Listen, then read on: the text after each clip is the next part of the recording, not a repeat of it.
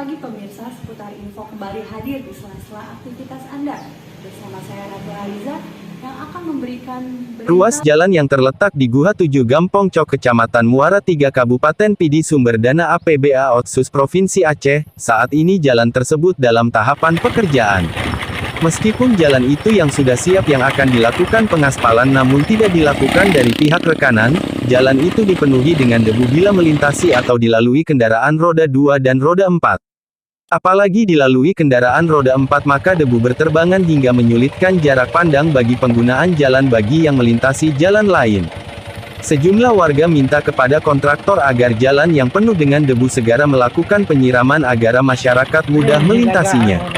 Jalan dibangun oleh CV Laguna Seca yang diawasi oleh CV Laguna Engineering dengan sumber dana APBA Otsus Aceh, yang telah dikerjakan mulai dari tanggal 8 April tahun 2022. Kini jalan itu penuh dengan debu padahal dalam anggaran tersebut sudah masuk dana penyiraman jalan itu.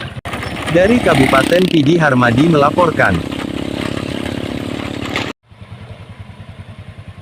acara seputar info pagi ini. Saya Ratu Aliza mengucapkan terima kasih dan sampai jumpa.